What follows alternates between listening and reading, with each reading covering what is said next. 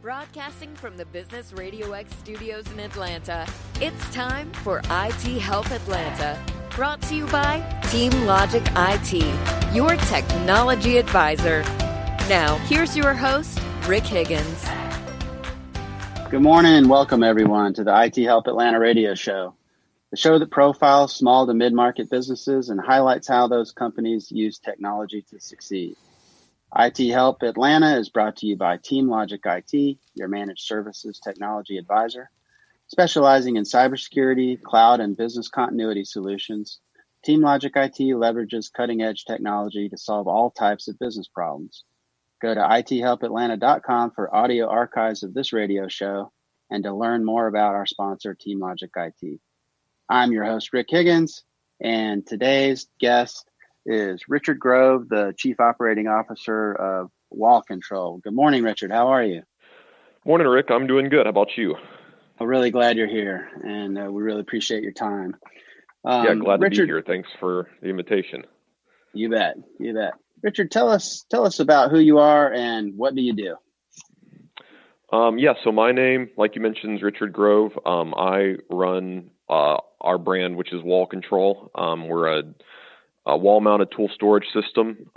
Just wall-mounted storage systems in general. Tools are kind of how we started, but we've gone into a lot of different applications at this point.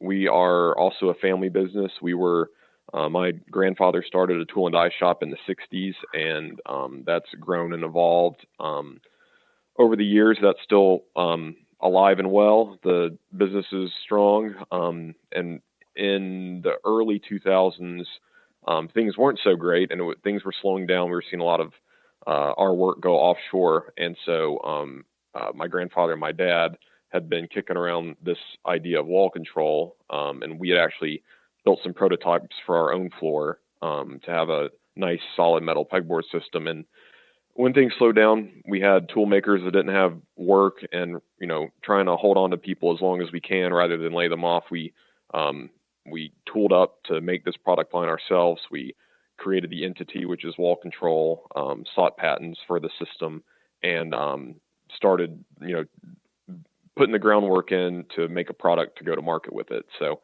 and then, not to get too long-winded, I came in 2008, and it really wasn't anything at the time because my dad and granddad both had, their regular jobs doing tool and die.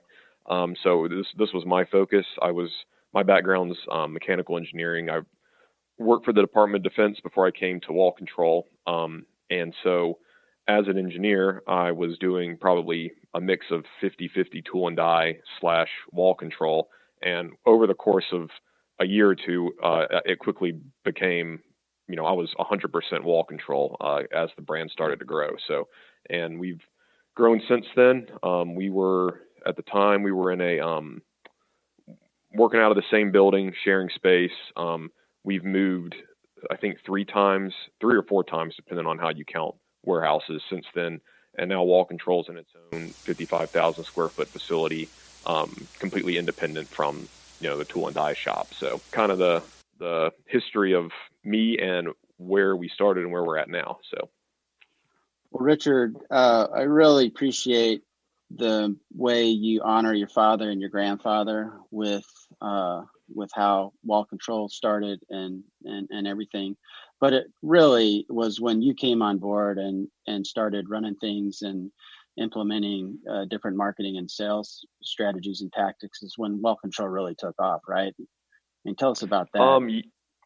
Yeah, I mean, it's kind of a function of, my granddad and my dad had been, they're tool and die designers, tool and die makers. So not that my background's in marketing, but I could kind of see where that was lacking. And again, it's no fault of their own, just not their specialty, and kind of repackaging everything in a way that is appealing both to a consumer as well as a retail buyer was, I think, what I had a knack at. And just, it was I found it, it was like a natural thing for me, which was great. It worked out well and, made Wall Control and me a really good fit. And so approaching things differently than what they had done. I mean, bless his heart, my dad would, write handwritten letters and mail them to, care of buyer at Home Depot, that kind of thing. Yeah. And, with explaining how great the product is. And, the thing I've learned is, a good product is only about, I don't know, it's somewhere around 20% of the equation, I think. The other 80% is the economics of it. And if you're a buyer for a place, that's pretty much what you care about. You're not so concerned that it's a good product. I mean, it needs to be a good product, but you kind of assume that if the economics of it bear itself out. And so to approach it from that angle versus look at how cool this is, look at all the fun stuff it'll do. It's more like, look at this, look at this opportunity here. Look at how you guys can grow your brand. We can grow our brand. You almost don't even have to talk about the product. It's just, a widget to them really. So, and Right. kind of taking that step back and making it not as personal, like look at this great product we came up with, but really speaking their language is what I think helped, get it off the ground when I came in the early days.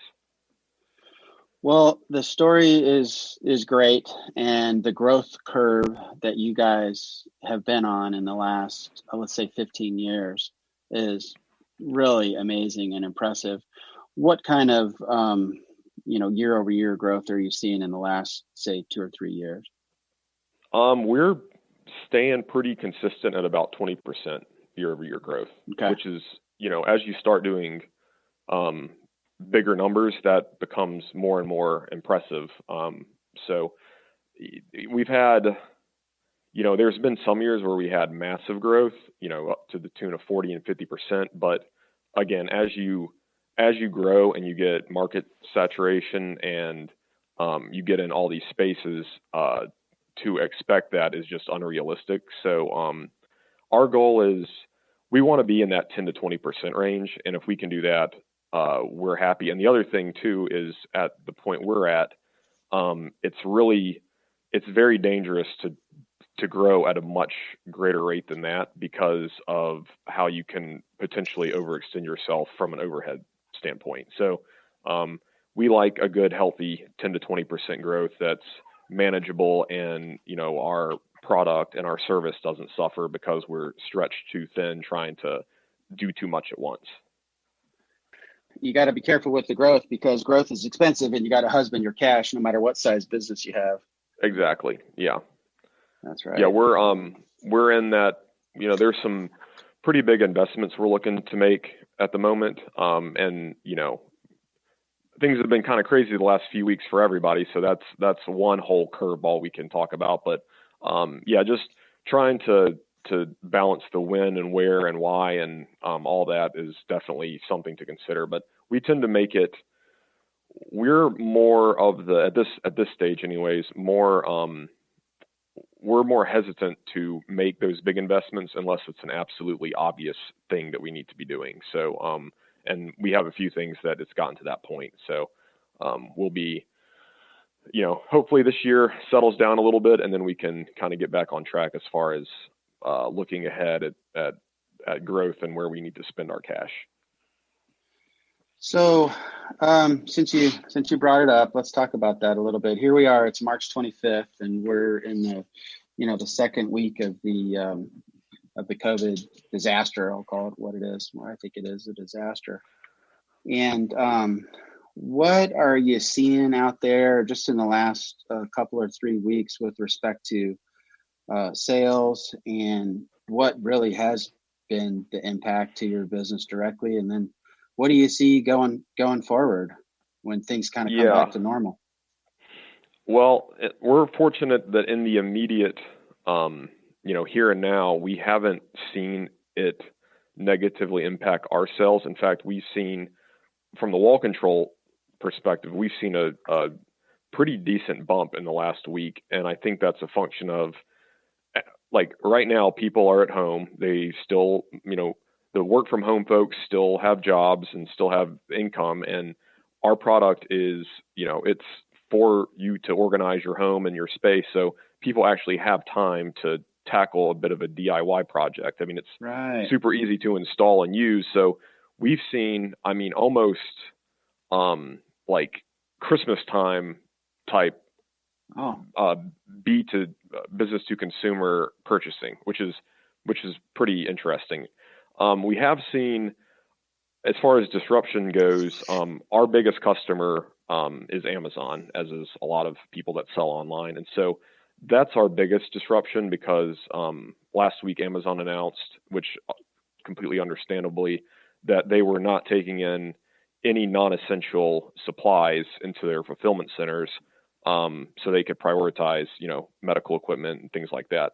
And so that's put their purchasing from us on hold for the time being. So we can still see the daily sales from inventory that they have on hand, and they have a good supply of our product, which is fortunate for us. But so we can see that's staying pretty even. They're also having some supply issues. Like if you're Prime, you can expect slower ship times. If you're not Prime, it could be weeks before you get something. So they have their own internal issues, but because they're such a big customer of ours, their internal issues are also our issues. So on that side of it, it's, we see that, coming back to normal in the coming weeks, hopefully. That's the only area of concern for us in the here and now. The future, that's kind of hard. I don't know, like I said, people still have their jobs, they're working from home, but what happens when, the dominoes start falling and all those people, in a month from now, is that going to still be the case? And if they're not, our product is something you buy with discretionary income. If that starts to dry up, then what kind of situation are we in? So right. That's kind of our, the here and now, and then the where, the unknowns of what it's going to look like even just a month from now. It's really interesting just knowing a little bit about your business, just from having worked with you for a few years. And full disclosure to the audience, Richard is a client of mine at TeamLogic IT. And I guess it's been roughly a very 3 happy years. Client. Oh, good. Thank you for that. And it's been about 3 years or so that we've worked together. And I knew Amazon played a big part in what you did, but I just always assumed that Amazon was more the channel and that you direct ship, but you're saying they're actually a customer who buys and then resells? Yeah, so Amazon, they have about really quite a few ways to sell on there, but really three main ones. One is what you were alluding to, it's called fulfilled by merchant. So you would buy on Amazon. It would actually, you'd be buying a listing, but it would be buying from us, and then we would fulfill that order directly. And we do that to some extent, but that's definitely not the bulk of it.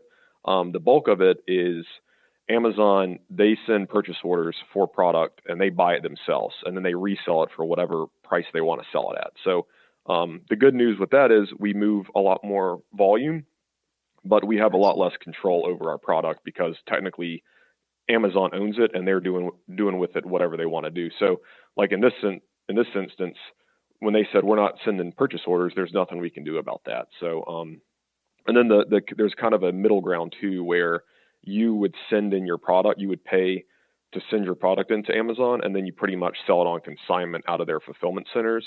And that way it's still Prime, but it's not sold by Amazon. So you could actually control your, the list price on the website, and you have a lot more control over your unit economics. So, and that moves, that can be comparable to, the sales velocity that you can get if Amazon's buying it and selling it themselves. So there's also a lot of how Amazon prioritizes that is all, proprietary, and they got their own algorithms that even they themselves don't seem to know how they work when you're talking to like a vendor manager. So, I can't help but think they prioritize their own inventory that they hold over inventory that isn't costing them anything. But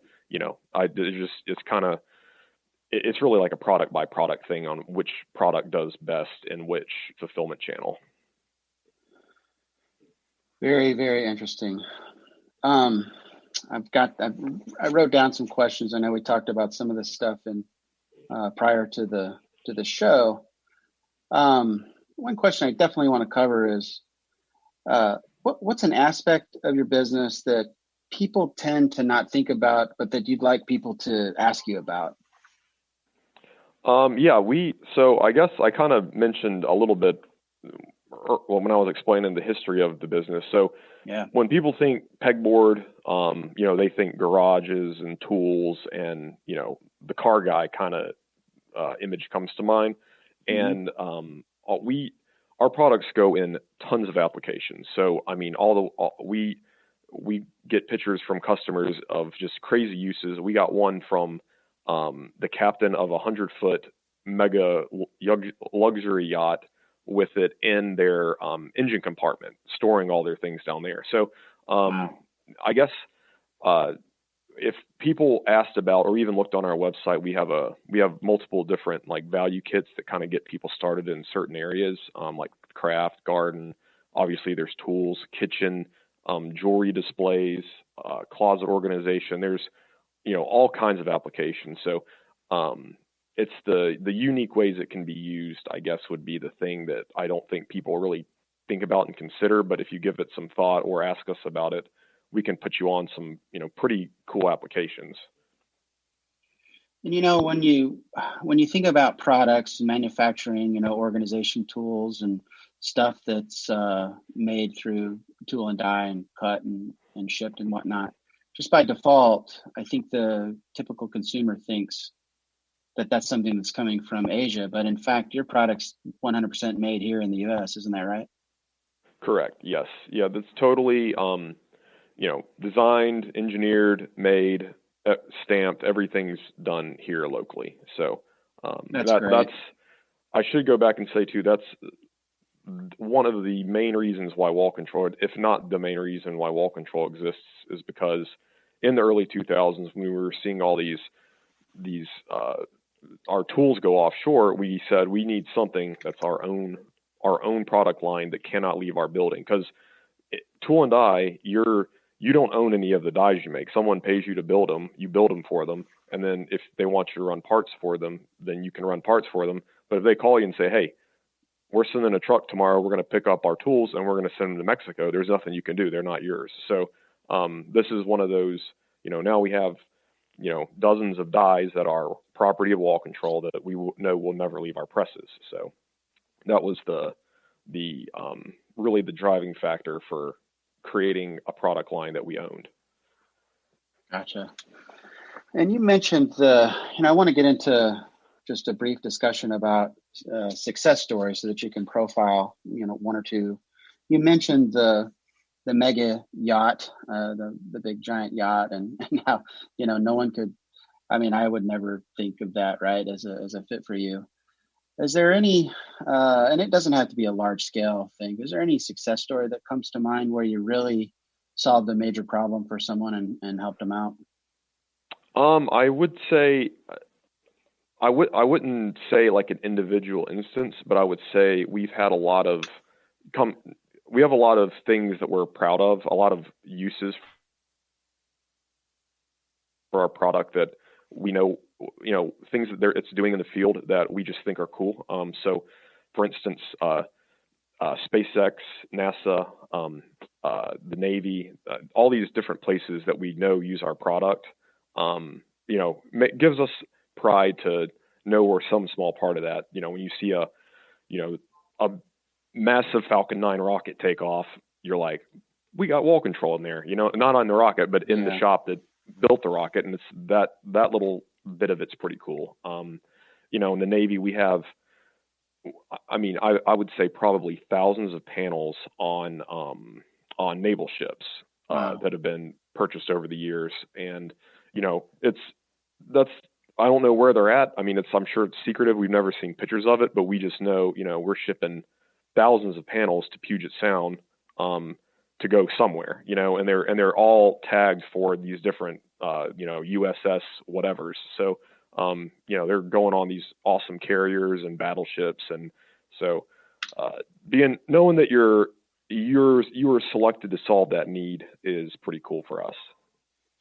That is really, really a great story, and thanks for sharing that. Certainly. Switching gears on you a little bit, wanted to give you a chance to be, I guess I'd say introspective a little bit, but what do you like best about being a small business owner? I think, well, kind of, like this story we just talked about, those little things are pretty cool. Even from the tool and die side, we make a lot of parts that are on a lot of common things that people just don't think about, from John Deere riding lawnmower seats to, center columns in the old Ford F-250, just random weird stuff that's we can look at and we can say, hey, either we built that or we built the tool that stamps those. So that's kind of a cool thing. The other thing I really personally enjoy are the relationships and the creative growth opportunities. So we have a really good brand ambassador program where we have a lot of great partners that use our product, and it's just cool. Those are very creative people, and they can come up with some pretty cool collaborations that we can execute pretty quick because we're small. We don't have a bunch of red tape and, all these different marketing departments to have to approve things through. So being able to be versatile and seizing really unique opportunities is something I enjoy, and it's something I get a lot of pleasure out of, trying to identify. Great. Well, I think we're about to wrap up here, but I want you to please tell the audience what's the best way to get in touch with you and or to learn more about wall control. Yeah, I would definitely say the website, wallcontrol.com. That would be the best place to go. And then you can email sales@wallcontrol.com. We have a bunch of contact us forms on our website, but definitely our website would be the resource to get you started. Well, fantastic. Well, John, you want to wrap us up? Absolutely. I'm John Ray, Business Radio X, and Rick, you knocked it out of the park here with a great guest. Richard's story is awesome. Great to have his story, and great first show. Thanks for having me on. I also want to say, just as a customer, we appreciate your services, Rick. So if there's people listening that are, in need of any IT solution, I would definitely reach out to Rick. We started with, I think, one little, I don't even remember what we started with, some little thing we needed outsourced or serviced. And then over the years, we've just kept adding on to our product package because, as we have needs in the space, we're not IT experts, so we need to let the pros handle that. And it's been a really good fit. Well, thanks, Richard. We're most grateful for you guys as a client as well, and I appreciate those kind words. Certainly. So, John, can you wrap us up? Awesome. Well, folks, thanks for being with us with the debut edition of IT Help Atlanta with Rick Higgins.